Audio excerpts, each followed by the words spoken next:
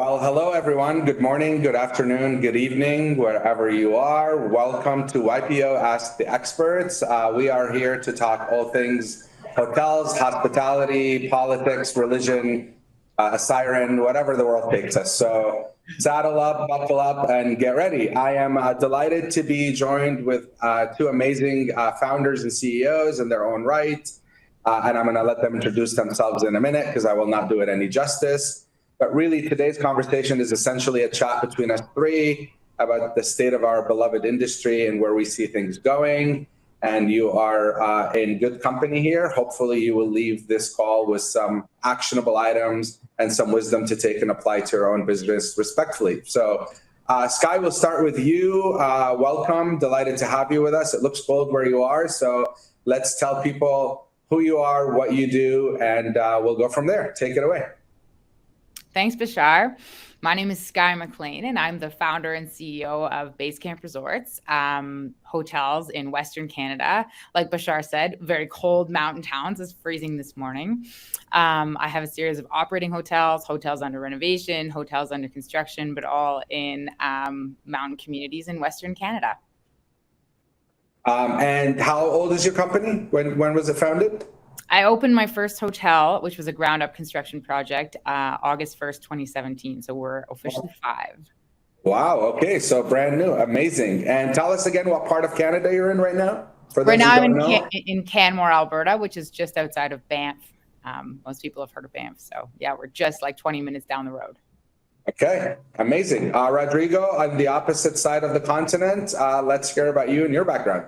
Yep. I'm Thanks, Bashar. I'm Rodrigo Llaguno. I'm based out of Miami, so exactly kind of in the opposite side. I spent about 14 years of my life in the airline industry, then transitioned a bit into customer experience, BPO, and recently, for the last 3 years or so, I've managed 2 companies, a vacation club and a destination management company, both of them part of Apple Leisure Group, which is an integrated, mainly in the all-inclusive space market, which was last year acquired by Hyatt. So a lot of changes in the last couple of years.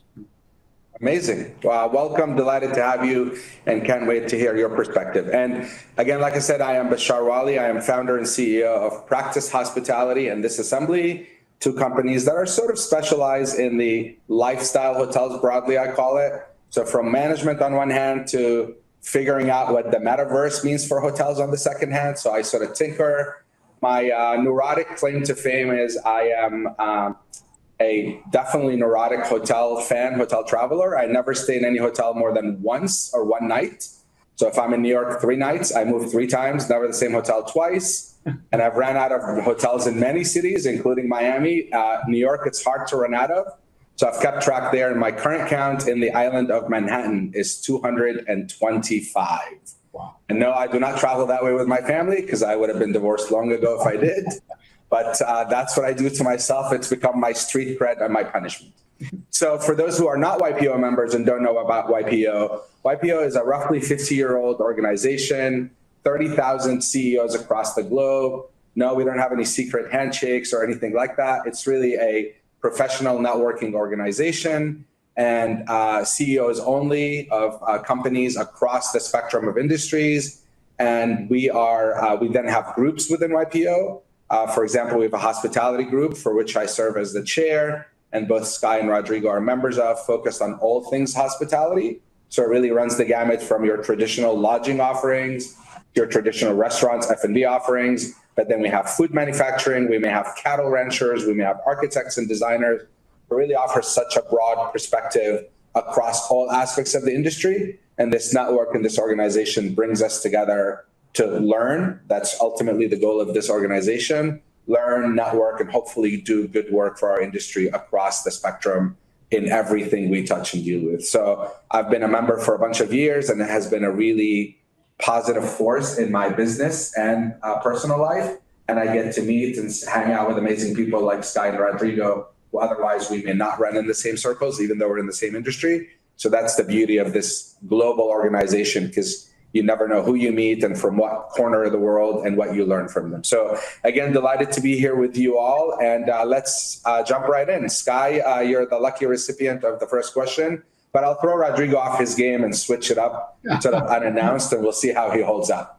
So Sky, let's talk about, I was on a call yesterday and they asked about my optimism level on a scale of 1 to 10 with our industry generally speaking today, and how has that level changed in the last 90 days? So tell us where you are mentally, and it doesn't have to be backed by facts. I actually want your gut. What does your gut tell you? Where are we today on a scale of 1 to 10? 10 being unicorns and rainbows relative to our industry. I would say I'm at a 9.3. And to answer your question, 3 months ago, I was probably at 7.8. So I am going up on the curve. And this is not based on any fact other than my gut instinct and how I feel in the morning. We've just had an amazing summer in Canmore and in all resort communities in Canada where my hotels are. And it's been the first incredible summer since pre-COVID for us. It was different in Canada than in the States. And so it's hard not to feel optimistic because people seem really happy. And, you know, compared to a couple of years ago when every guest was disgruntled and mean and yelling and mad and scared and all these negative feelings, everyone is just having a heyday up here. So I'm really optimistic, and I really hope that, you know, despite all of the negative news about recessions and all this other stuff, that people still want to travel. Love your optimism. I like it. Rodrigo? I think I'm on the opposite side of the spectrum, and maybe, you know, compared to Sky, I mean, we did have a very good last couple of years. I mean, we operate mainly in the all-inclusive category within the Caribbean and Mexico, so it remained open through COVID with the US. So I think, I mean, we have not seen any indicator. All our indicators are still very healthy in terms of booking and booking patterns, ADRs, you know, everything is sustaining.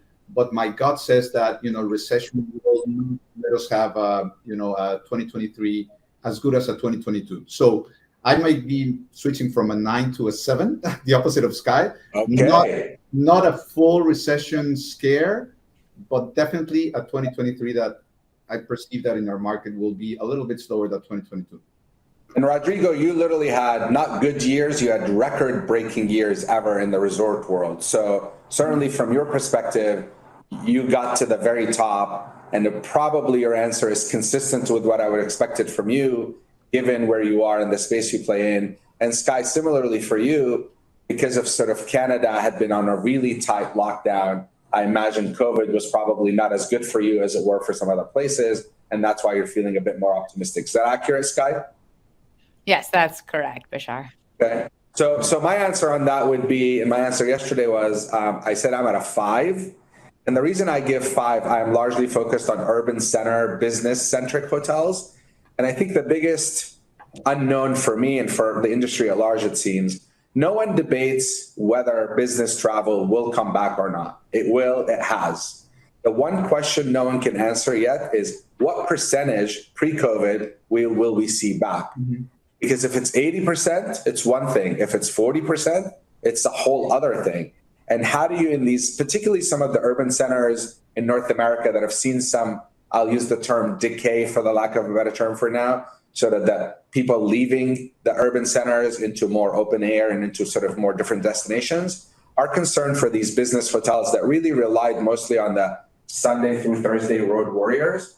If those don't come back at percentages that make sense, where are we and what happens to these hotels? And what is the real new iteration on how they do business? So I'd say I'm at a 5, and I'd say it went down from maybe a 7. And I think the 7 in most of our cases are affectionately known revenge travel has sort of subsided.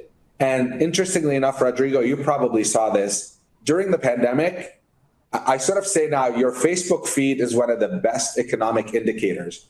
Because a year ago, everyone was in Zion and the Caribbean and in all these national parks. They were in drive-to destinations. And all of a sudden this year, they're all in Europe. And in fact, some leisure destinations where I have hotels or I have friends with hotels, like the Coachella Valley, Palm Springs area, in June and July, literally they were 30% off from the prior year. And typically June and July are months that are not, off season and not market. But when COVID was here, people wanted to go there, and now they're not anymore, so they've gone elsewhere. So I'm at a 5, down from a 7.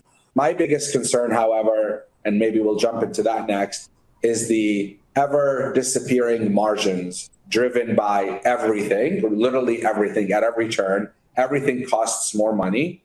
Yet this talk of recession is making people for an industry, and you guys know our industry is discretionary spend. Yeah. So all of a sudden, people are more reluctant about spending the money while our costs go up. So where are we on the margins question? Where do we go? What are you guys specifically doing? Sky, good job turning down the heat, but I'm feeling cold for you, but I get it. You've got to preserve that bottom line. So tell me your thoughts about margins, and we'll talk about labor separately, availability of, but cost of labor, margins, supply chain, fuel, et cetera, et cetera. Let's start with you, Sky. What are you doing about it? What advice can you give our listeners that they can perhaps adopt and to help their bottom line? Yeah, like you said, everything is just so much more expensive, and it almost feels like it's changing by the day. Like, forecasts during COVID, I threw them out the window, and now I'm still throwing them out the window because it's just, oh, is this going to cost this much? And as I said, I also build hotels from the ground up, and construction costs are, like, for me, the biggest going concern, because you'll get trades coming in, signing a contract for drywall, for example, and 2 weeks later coming back and saying, sorry, we're going to throw that contract in the garbage and make a new one for $100,000 more. And then you're like, okay, well, it's not like the drywall down the street is going to be less. So to answer your question, what we're doing is just really trying to be careful about what we spend, where we're spending it, and what are the things that we can stop spending money on that don't affect our guest experience. Because for us being for example, sorry, I want to jump right in and say, for example, you cut out? Before COVID, we did, for example, daily housekeeping, and we had planned on bringing that back. Well, we haven't brought it back. We can't bring it back. We can't afford to make the beds every day. If we have to send people in, which will probably lead to our next topic of labor, which is also way more expensive, supplies, extra soap, extra everything every day. But luckily, people don't expect it. We don't have customers who are coming into our rooms expecting the daily housekeeping, because during COVID, nobody wanted it. So that is working in our favor, but it's not how I want to operate. I don't want to have we don't clean your room, sorry.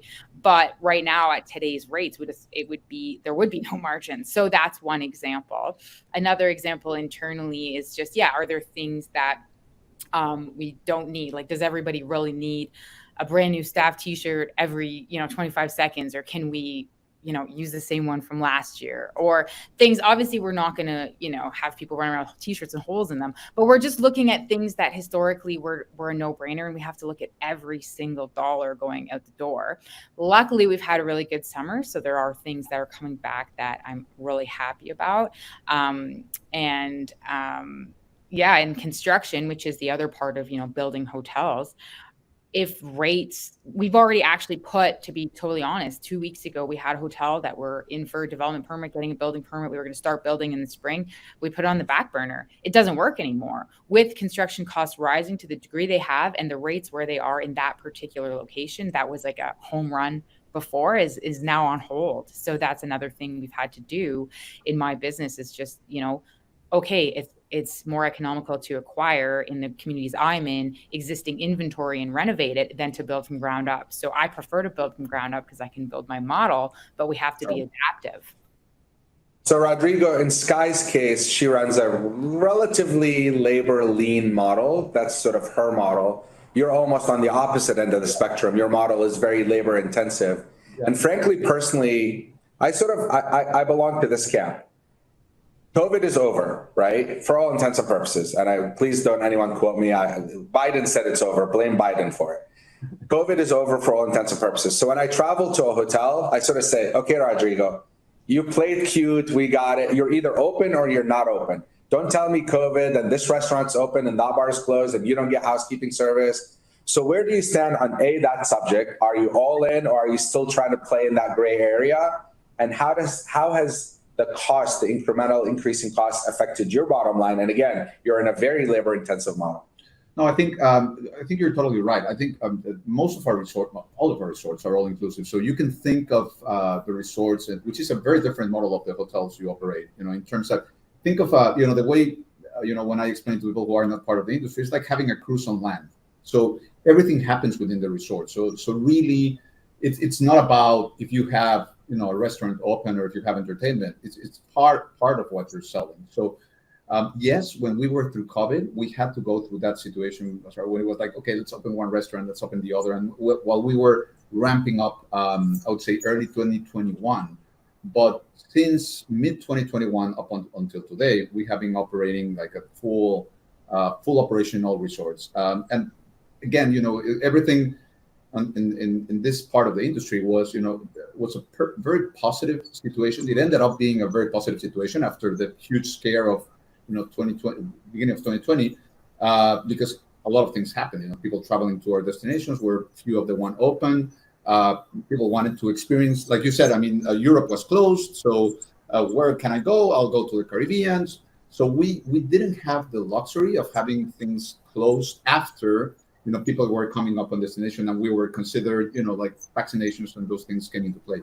So we haven't seen that compression in margin so far, especially because the prices, the ADRs have been increasing, which goes back to my first answer, moving from 9 to 7, because I don't think that's sustainable. I mean, we've been increasing the prices and leading, moving kind of in the same direction cost. So we have been able to keep the margins, but I don't see it sustainable over time. So now what we're trying to sustain is all the cost advantages that we managed to put in place when COVID struck. We, as a company, we were very comfortable in the margins that we were making, and the way we were operating. And COVID made us really reinvent everything that we do, all the processes and the way we manage a lot of things. And now the challenge that we have, which I think a lot of industries are facing, is how do we sustain the growth that we're having while not allowing our expenses to grow in the same, kind of in the same path. Sure. But so we haven't seen the margin compression. But again, I'm scared because I cannot see the path of, the growth path of ADRs that we've seen in the last months sustaining. Sure. And you're astute in saying, as you know, like I mentioned earlier, revenge travel is essentially subsiding. People have gotten it out of their system. Yeah. We call it the summer revenge travel 2.0. And I think you're fortunate in having had the compression that allowed you to push the rates, yes, not facing the headwinds of this impending recession doom we keep hearing about. My concern is exactly that, is generally our industry, when there is a recession or an event, it's the first to go, because it's easy for companies to say, no more travel, right? Yeah. So I live in Portland, Oregon, where Nike is a global conglomerate. And literally the first memo that comes out of Nike's offices when there's an event is no more travel, because it's an easy, immediate cut into expenses. And we hotels, hospitality, airlines, restaurants are recipients of that. On the margin subject, what I'll add is some of the things we're facing in, I'll call it sort of more the liberal cities, and I would throw Canada in the mix there. Like, I'll give the example. In Seattle, Washington, you used to pay a wait person $4, I think it was, tipped wage, and they made their tips on top of it, and they made a decent living, and I would charge you $15 for a salad in the dining room. Well, now that same person, the wait person, makes $15 an hour, right? And how much more could I possibly charge you for the salad? $17, $18 before you stop coming. So you think about what's happening in terms of the cost increasing of the materials, right? The lettuce and all this stuff, and oil, which causes, the transportation of it to go up, plus the exponential increase in the labor, compounded by the consumer's lack of desire to pay stupid prices, because at some point they'll say, never mind. So I'm feeling that in these urban markets that are particularly of the more liberal cities that have living wages, not minimum wages, it's really changing the dynamic. And to stay with restaurants for a minute, you're starting to see a lot more fast casual, because fast casual, what it does is it eliminates the bodies. Literally, you walk up to the counter, you order, they give you a number, they bring you the high quality food. It doesn't have to be fast food. In fact, it's not fast food. And we've trained our customers so well to clean their own table and bust their own table. And soon enough, there'll be wipes in the bathroom that say, please wipe after yourself, wipe the toilet and the sink. And all of a sudden it becomes more sustainable. So I'm worried that in the restaurant space, it's either going to be the super high end where you're paying $125 a head, right? Because those middle places are starting to go by the wayside, because it just doesn't make any financial sense. And in that restaurant example, I say, you might as well close. In hotels, you're forced to have it as an amenity.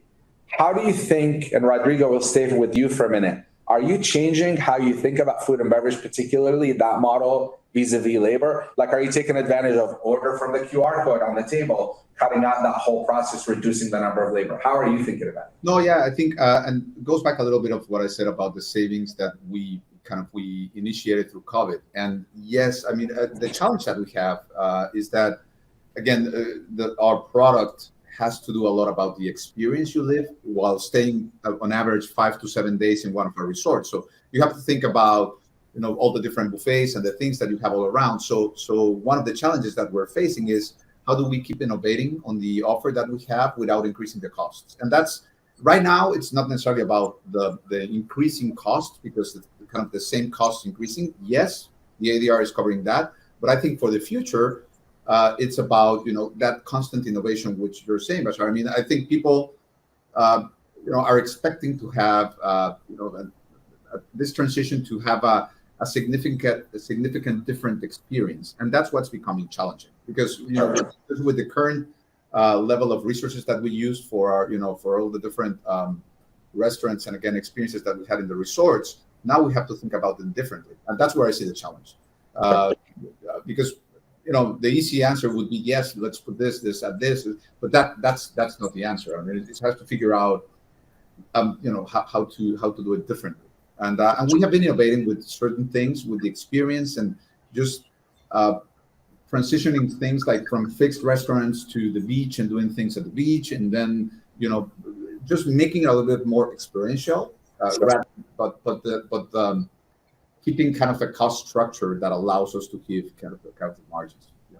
Sky, let's change topics completely and go to you. And you sort of play in a hybrid space, I'll call it. You're not Airbnb, you're not a hotel, but you're more hotel than you are Airbnb. You pay taxes, you do all the right things. This is not a shady fly-by-night operation where you're trying to sneak under the radar. Maybe it is. We'll find out after the call. But you're playing in this sort of gray space, I call it. And part of the impact of what you do, and I was actually speaking at a conference a week or so ago about impact. How do hotels impact society, the environment, all the things that we do? Because, we have a pretty big impact and footprint, not just environmentally, but socially.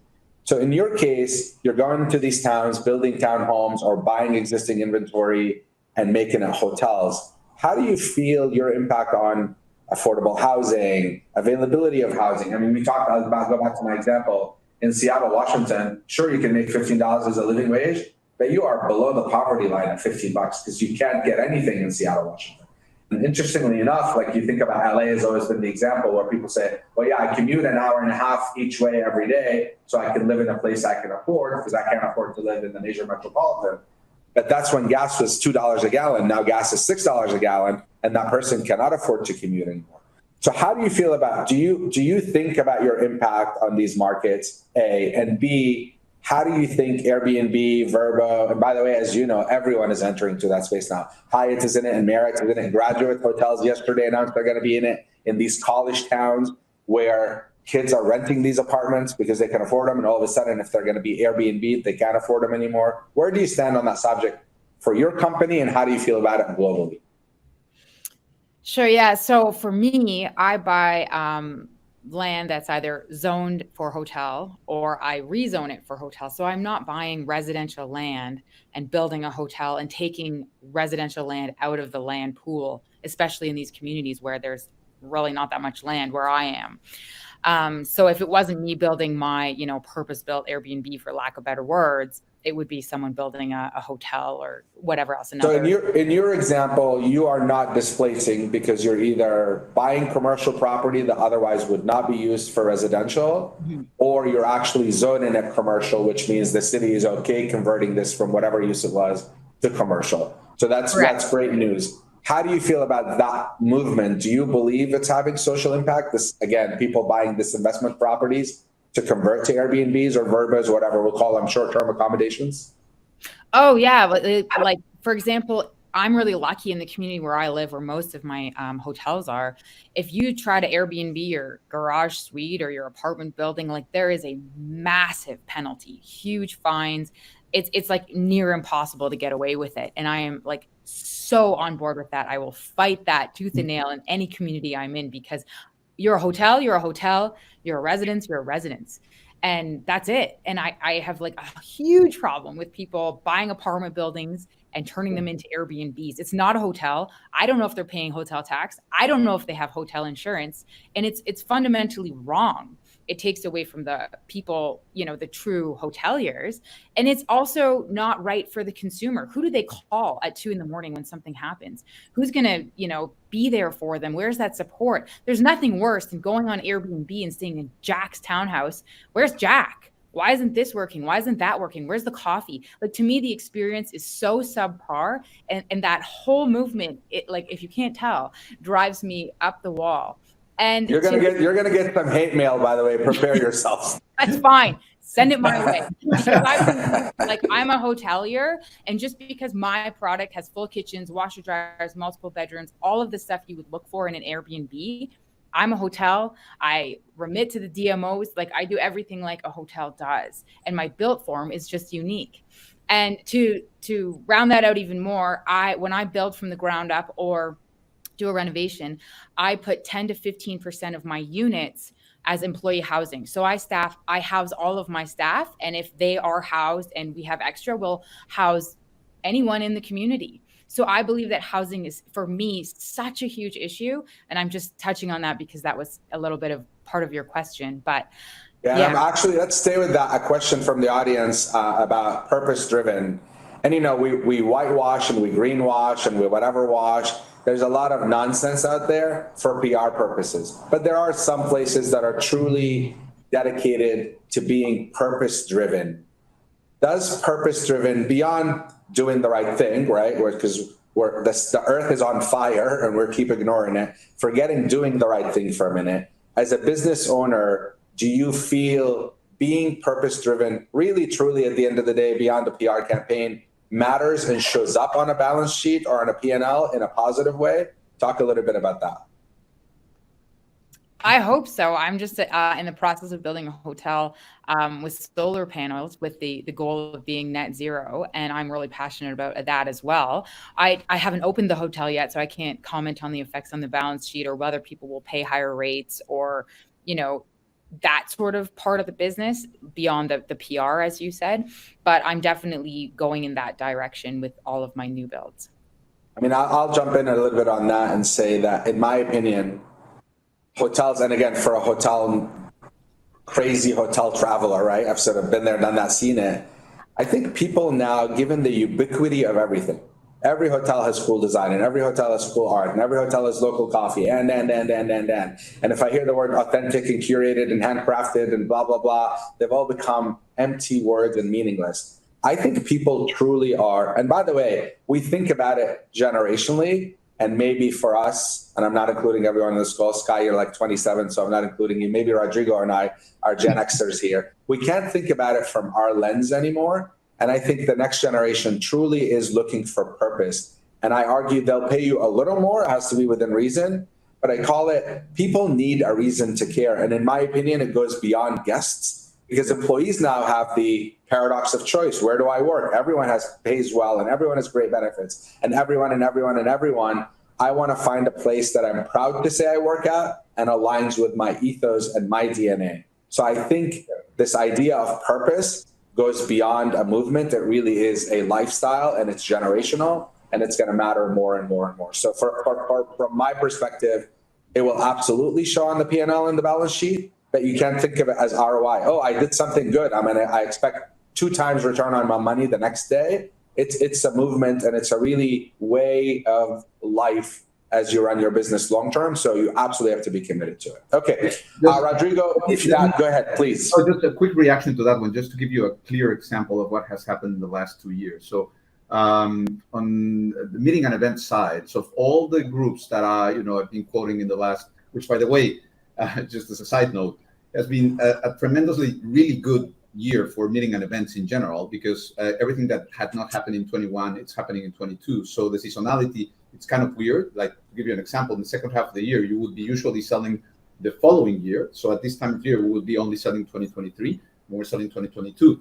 But I would say, and this is from the top of my head, maybe from 20 to 25% of the quotes that I've been receiving have asked in particular, what are we doing in terms of community or social service, or could we incorporate into the meeting and events program some kind of social or environmental activity for them to give back to the community where they will be staying. So that's a very tangible situation.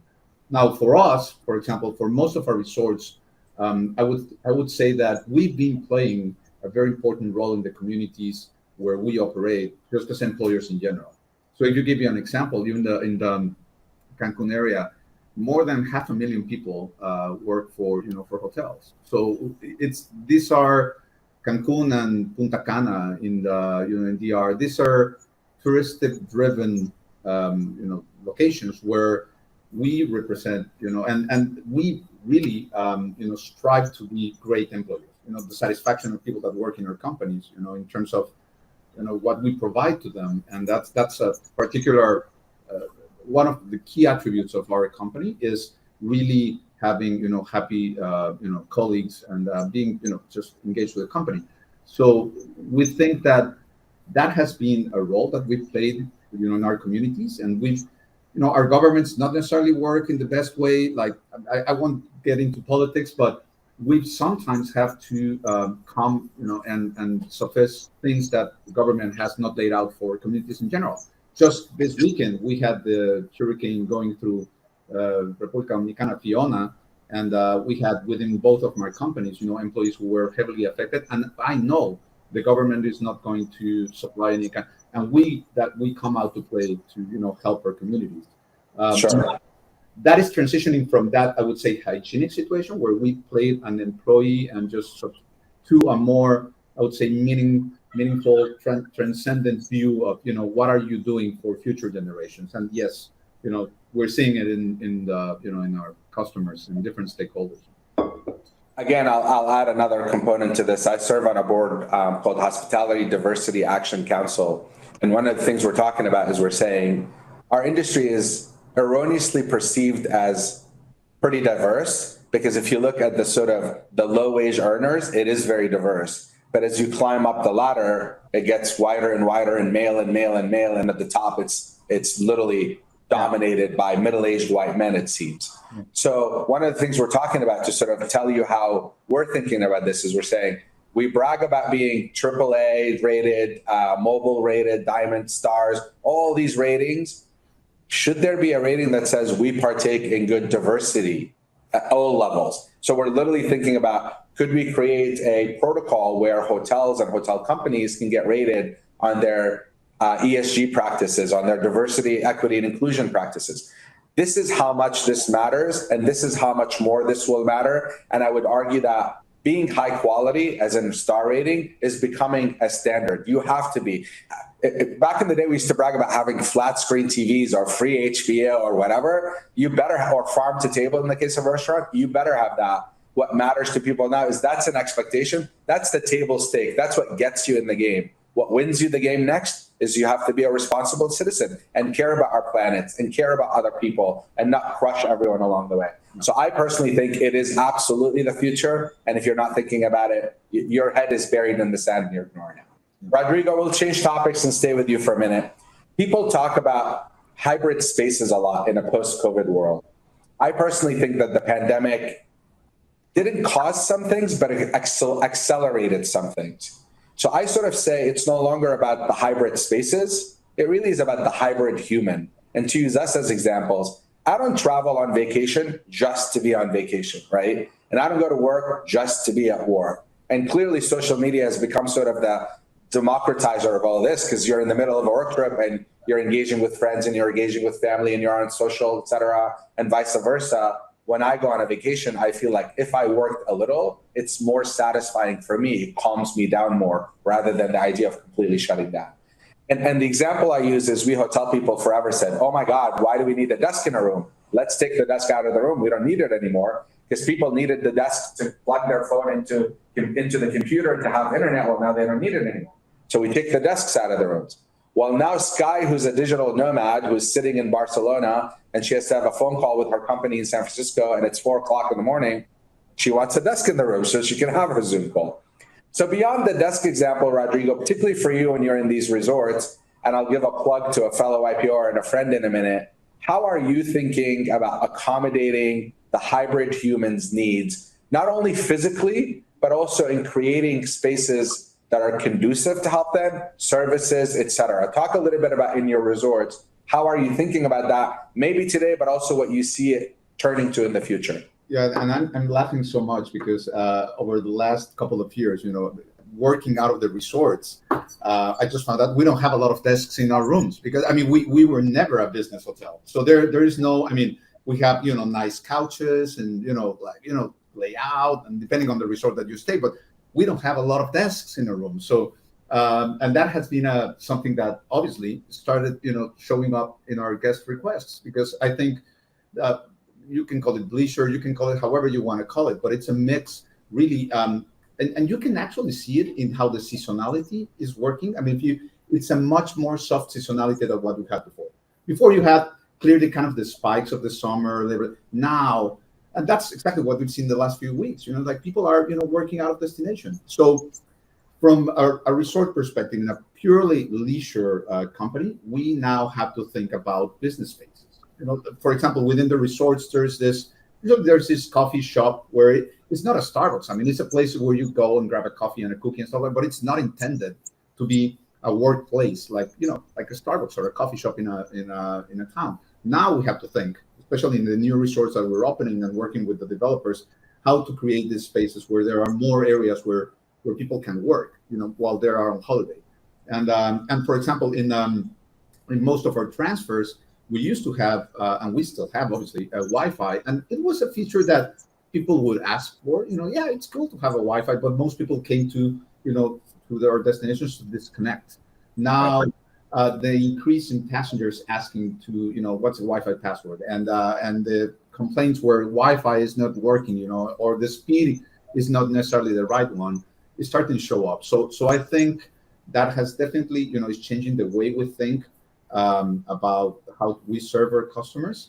Now, of course, when we are working with our hotel owners in the developing of resorts from the ground up, again, more business spaces are showing up. But I think at this point where we're trying to adapt where we have for those business needs, which are mostly like what you say, Bashar. It's not necessarily that they want to have. Of course, within our resorts we have meeting rooms and conference areas which are for meeting and events, but most people like you, it's just like, I just want to connect, maybe for an hour. I want to check up, with what's going on, or have a conference call and get back to my family. And that's what we're trying to do. To give a fellow YPO or with a startup a plug here. So the statistics maybe North America, maybe including Canada and Mexico, that there are 15 million digital nomads today, 15 million, and the number is growing exponentially by the day. So this company called Dreamo.club, what they do is they go and take think of an office cube, basically, all glass, one-way mirror. I'm at the beach at one of Rodrigo's hotels, and now I have to go take a Zoom call. The Wi-Fi doesn't work, it's too bright, there are kids running around. I can go rent this office with a stand-up desk and a beautiful chair and Wi-Fi, air conditioning. And they're taking these things and putting them on the pool deck, on the beach, on the lawn, because I literally can be sitting in this office for all intents and purposes, looking out at the beach as if I'm sitting on the beach, take my call, work for an hour, go back outside, have a margarita, come back inside. So all of a sudden, in resorts that are literally talking about essentially offices on the beach, and A, I think it's a great idea, but B, it's an indication of what's happening. Yeah. So Sky, going to you with that 15 million, and particularly where you are, I imagine in like a ski destination in the summer, maybe it's a slower season, but it's a perfect place for someone to go into a mountain town and kind of hike and bike and work. Are you seeing that? And are you thinking about it as you build new? Are you thinking about how your offering is conducive for someone to be working while on sort of essentially a long-term vacation? And give us some examples of if you are, and how you're thinking about it and what you're doing about it. For sure. Yeah. No, we've definitely seen a lot of it, especially during COVID. But like you said, now it's the way of the world. And our units, like I mentioned earlier, have full kitchens, multiple bedrooms, multiple bathrooms in that. So naturally, they're conducive for someone or multiple people to be on, for example, phone calls, Zoom calls. But to Rodrigo's earlier point, it's just making sure we have like the best internet humanly possible. And so we've been putting a lot of money during construction into the infrastructure, the best fiber and the best this and that. I am not like a internet savvy person. I don't know anything about all this stuff, but I'm just like, get the best internet, so that if we had every single person at the property, which would be hundreds and hundreds of people that need to take a Zoom call at the same time, it's not failing.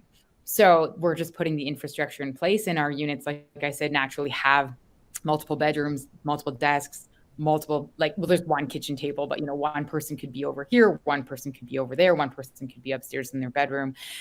So we had a lot of positive reviews on that front, even though, you know, come do your Zoom calls at Basecamp wasn't our tagline. It functions really well. Exactly. And honestly, this thing with Wi-Fi, we hotel people have to get out of our own way now. Working Wi-Fi at gig speed, forget 100 megs. That's embarrassing these days. It's funny because you have to do it. You have no choice. And you have to think about future proofing. But it's funny, you think about, I sort of have this proposition about hotels.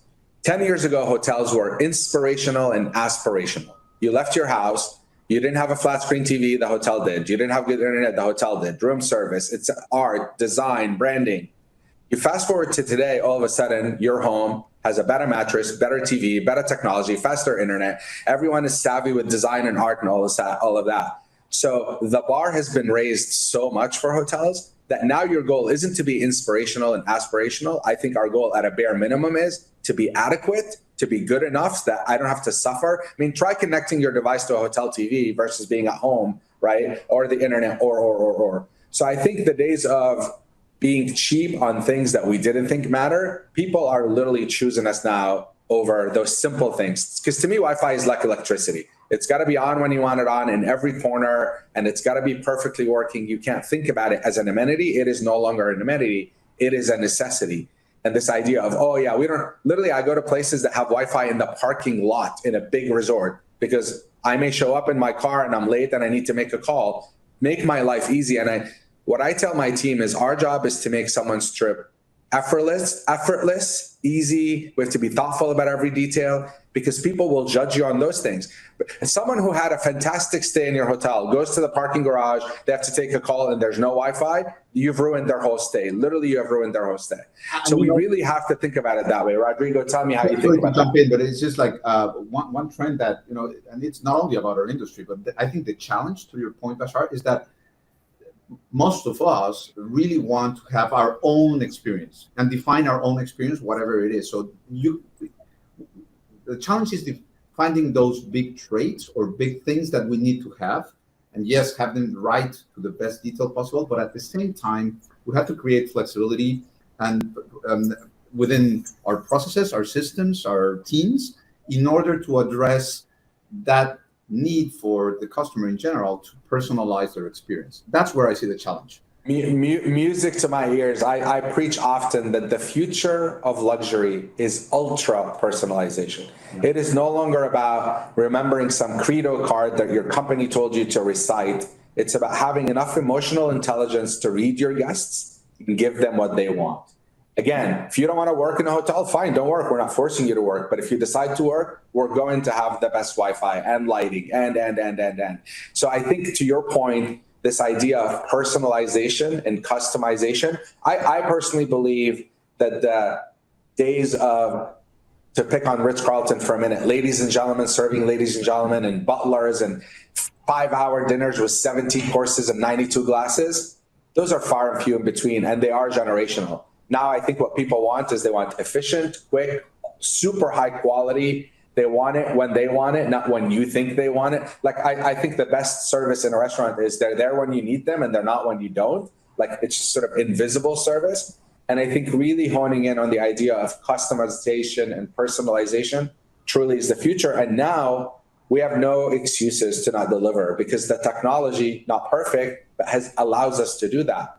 I mean, I tell a story about traveling often, and if this one hotel did this amazing thing for me where they found something about me by Googling my name and reading the public portion of my Facebook profile and wrote a note that says, hey, your favorite show is on Channel 8 at 10 o'clock tonight. Like, those are the things that I remember and talk about out of my hundreds of hotel stays. I don't really think about what kind of flooring material, what kind of art. I assume it's all good enough and nice enough and consistent with the quality of the hotel. But fundamentally, people want to be important and want to be treated like they're individuals, not like they're a statistic. And I think we have the opportunity to do it. We don't do it enough. And I hope our industry, to your point, Rodrigo, focuses in on it more and more. And then just to add some complexity, and going back to one of your first questions, now the real challenge, especially if you have large hotels or large operations, is how do you do it consistently? Exactly. And at a cost that enables you to have the right margins. That to me, Exactly. Spending money, it's always easy, but making money. So jumping into that Pandora's box, and I don't have the answer. Sky, you are our shaman. You're gonna tell us the answer to this question. Labor, it doesn't exist at any level. We're throwing money at it. Everyone's throwing money at it. And if you decide to pay double, someone will pay triple because they're having the same problem you're having.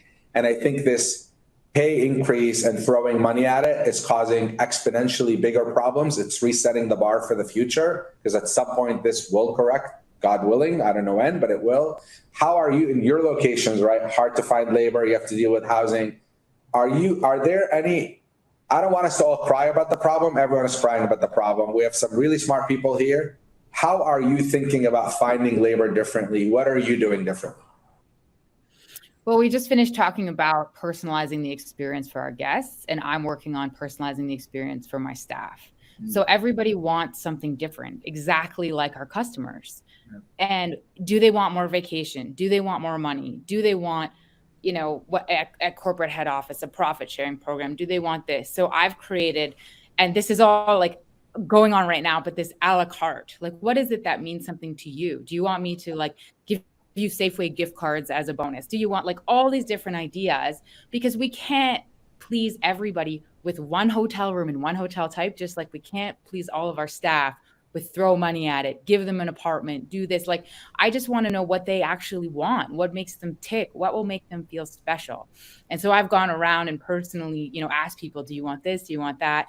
And we're doing through our HR department so many employee surveys right now. And this is really I'm also equally passionate about this as our previous VRBO thing, but it's so important to me that my staff want to work here and want to be here. And it's actually funny you asked this question. Today we're doing our big summer wind-up staff appreciation golf tournament. All our staff are coming, whether they golf or not. It's going to be hilarious, and we've planned this awesome day. And for me, to conclude this whole ramble, is really just personalizing the experience for our employees. Some people need it staff accom, so we always offer it. If someone doesn't need it, then that resource, so to speak, should go to something that person does want and does make them happy. And creating relationships amongst our employees. You can't force someone to be friends with the other person or to like the other person, but you can at least try to create an environment where everybody feels appreciated, everybody feels special. All the things we want our guests to feel, our employees need to feel that. And then if they feel that, they'll promote that to the guests. If somebody at front desk is having a great day because they love working at Basecamp and we've just made them happy, they're going to make their guest happy. They're going to be, this is great. I'm so happy. And if I may say so, since we're on the topic, I think all of these things are really working because we have right now, I'm in an area called the Bow Valley. So that's Banff, Lake Louise, Canmore. And we just won top employer of the Bow Valley yesterday. So I really think this stuff is working and so important for employers. It's not the old fashioned, here's, $1 more an hour, $2 more an hour. Here's a fancy bonus. Of course, people want money, but money doesn't make people happy. They want to feel part of something and included in something. So I hope that's a good answer. I'm clapping for you because you're stealing my idea and I'm applauding you for it. I sort of say to your exact point internally, this idea of, we want everyone to be a career hospitality person. And if they don't want to be in it, and we're disappointed. When in fact, your exact point is, to my earlier point about customization, we have said essentially you can't do individualization. It becomes impossible, obviously, to administer, but sort of these buckets. So we came up with 3 buckets. There's the career person who will do whatever to grow and learn and grow with you and maybe grow with someone else. How do you facilitate that? There's the honest pay person who wants to show up at 9, leave at 5, do really good work, take their check and be done with it. And there's the aspiring actress or DJ or whatever. And what they care about is flexibility and being able to move around.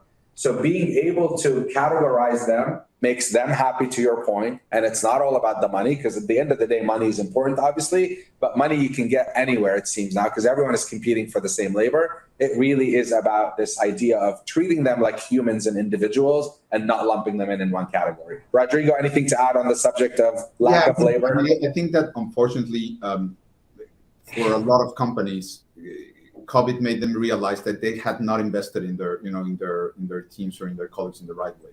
I think us as a company, we've been doing that for years, and we are passionate measurers of satisfaction, and we measure.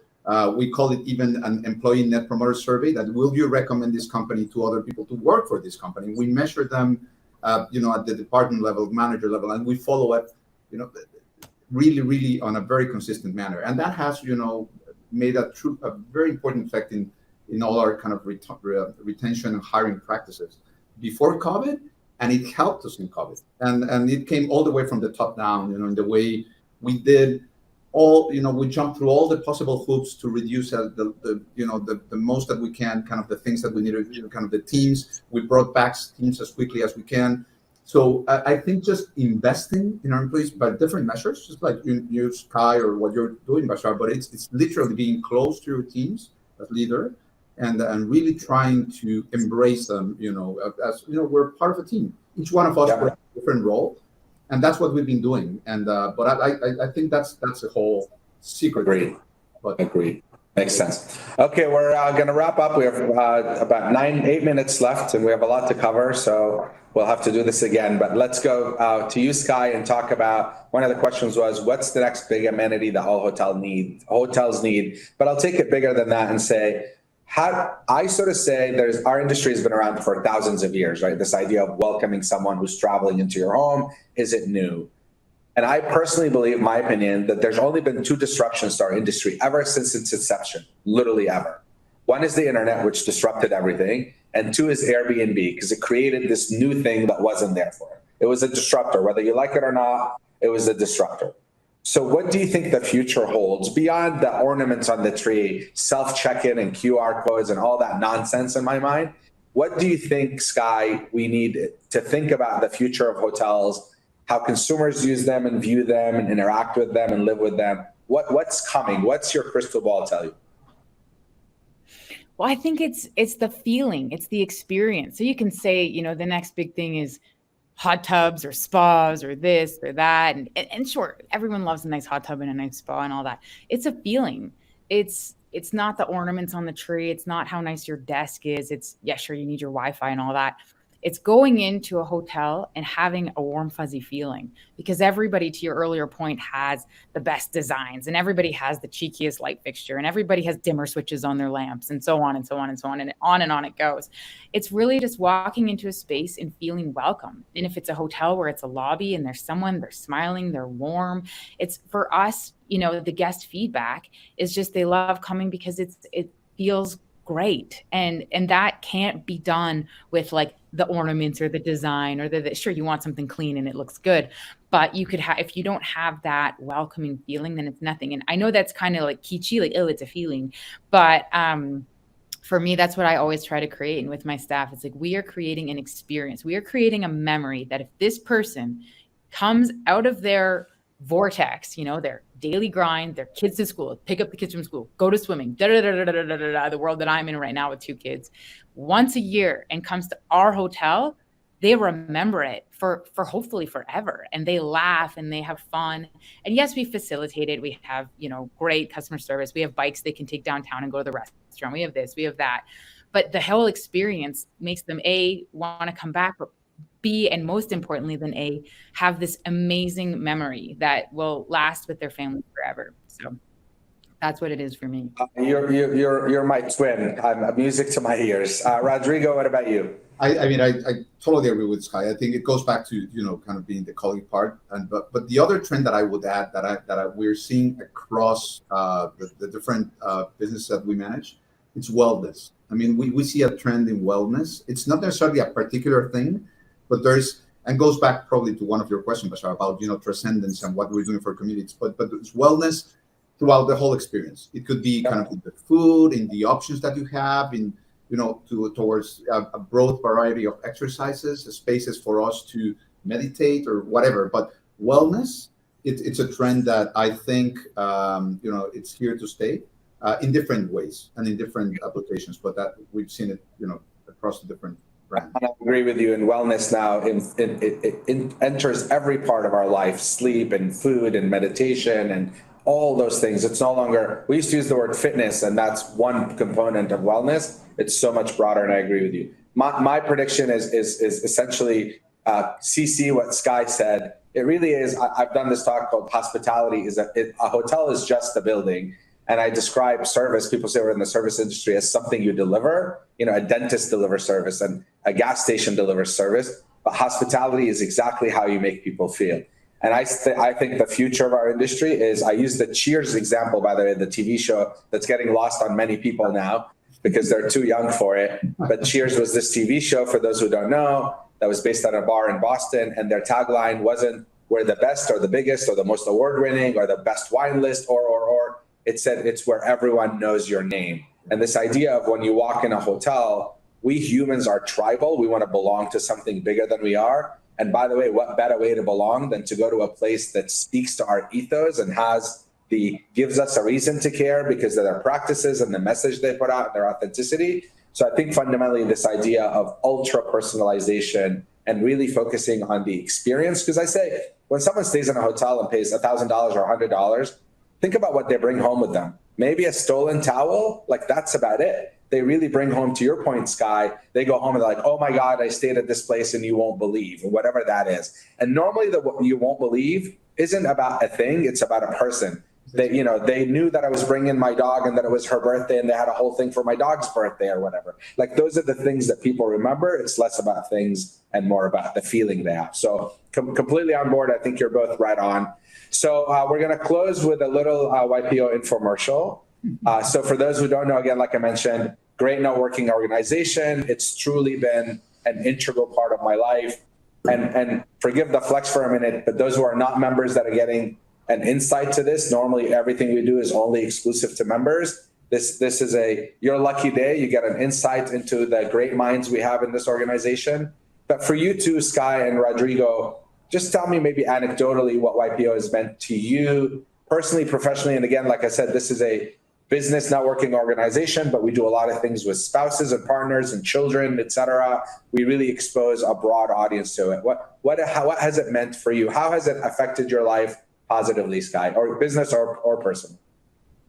Yeah, being an entrepreneur is very risky. I've put everything on the line and then some. And it's just so nice to meet other people who've done the same thing and don't think it's absolutely crazy. So it's great to meet like-minded individuals who have these lofty aspirations. And oftentimes people are constantly telling me I'm a lunatic and I'm crazy and why do you want to do this and blah, blah, blah. And then all of a sudden you go to YPO and you meet people who are operating in the same space, and it's really comforting. Right. Rodrigo, what about you? I think, well, first of all, it's an amazing community. I mean, just like you said, I mean, Sky, you, Bashar, everybody that, that's part of YPO brings something to the community. And when people think about networking, it's definitely not about deal making. It's really about, just having a community. And to me, it's about learning. And for my family, I have my oldest one is YNG. So my family and my wife and, in general, it's been a learning experience. Business, personally, and just growing as a professional, as a human being as well. For me, it's the 150 grand they pay me every time I do these. So this 1 hour, I got paid 150 grand, FYI. It's Zimbabwean dollars, however, not US dollars. So it's like 10 bucks maybe. No, just kidding. Obviously, this is all volunteer for us. And we just love, I do it because to the earlier point, I meet amazing people from across the globe, literally from across the globe, from every walk of life. And because it's not specific to one industry, I meet people I would have never met in 5 lifetimes because we aren't even in the same hemisphere, literally and figuratively. So it really is meeting some amazing people. And like I said earlier, this organization at its very core is about learning, lifelong learning, we call it. So I never leave a meeting not having learned something new that will positively impact my life, positively impact my personal, my professional life. So for me, it truly has been a gift to be able to join it because it's not an easy task. It's not a box you check. But for anyone who is interested in it, who meets the criteria, we love having new faces in it. Again, like I said, 30,000 members globally. And there's plenty of organizations out there in the world for networking. This one, in my view, has been really special because of the quality of the people that are in it. And it really opens a lot of doors for you. So we are grateful to having you, Sky and Rodrigo, with us. Please feel free to share. This particular session is not private, like I said, so feel free to share it everywhere you want. TikTok, BeReal, WhatsApp, I'm all over it. Tag us all. And if we can continue this conversation with anyone about the industry, about YPO, I'm always happy to do that. And I'm volunteering my esteemed colleagues here to do the same. Thank you very much for joining us. Thank you for spending an hour with us, and have a great rest of your week. Thank you, Rodrigo and Sky. Appreciate you. Thank you. Yes, thank you so much. Thank you much.